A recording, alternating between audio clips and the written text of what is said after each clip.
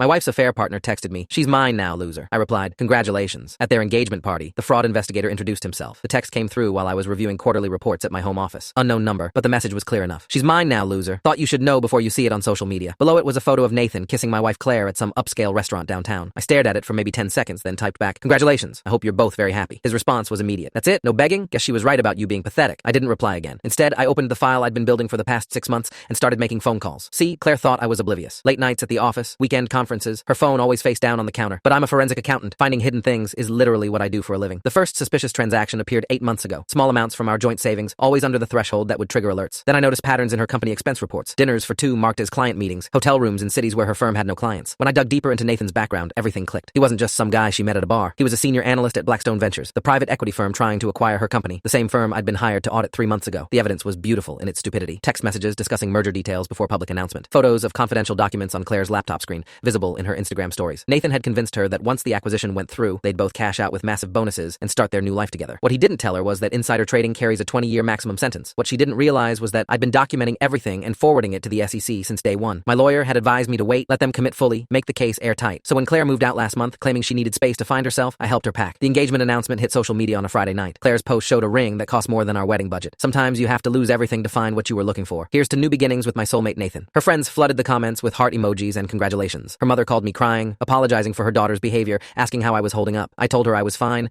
that I wanted Claire to be happy, that sometimes these things just happen. She seemed relieved that I was taking it so well. 3 days later, the engagement party invitation arrived. Black tie, rooftop venue, no expense spared. Nathan's parents were flying in from Connecticut. Claire had rented a designer dress. I RSVP'd, yes, +1. The party was exactly as pretentious as I'd imagined. Ice sculptures, past champagne, a live jazz quartet. Claire looked stunning in red, holding court with her new ring catching every light. Nathan stood beside her in a custom suit, shaking hands and accepting congratulations. They spotted me near the bar, and Claire's face went pale, but Nathan walked right over with this massive grin. "Big of you to come, man. Really shows character." He actually extended his hand for me to shake. I took it and smiled. "Wouldn't miss it. Actually, there's someone I'd like you both to meet." That's when Agent Diana Foster from the SEC stepped forward, badge already out, with 2 federal marshals behind her. Nathan's grin evaporated as she introduced herself and began reading rights. Claire dropped her champagne flute. The entire rooftop went silent, except for Jazz Quartet, who kept playing for another 15 awkward seconds before someone cut them off. The asset seizures started Monday morning. Federal agents walked into Blackstone Ventures with warrants for Nathan's computers and files. Claire's company terminated her before lunch, citing violation of confidentiality agreements and ethics clauses. The engagement ring, purchased with proceeds from illegal trades, was confiscated as evidence. I filed for divorce that afternoon, citing adultery and fraud.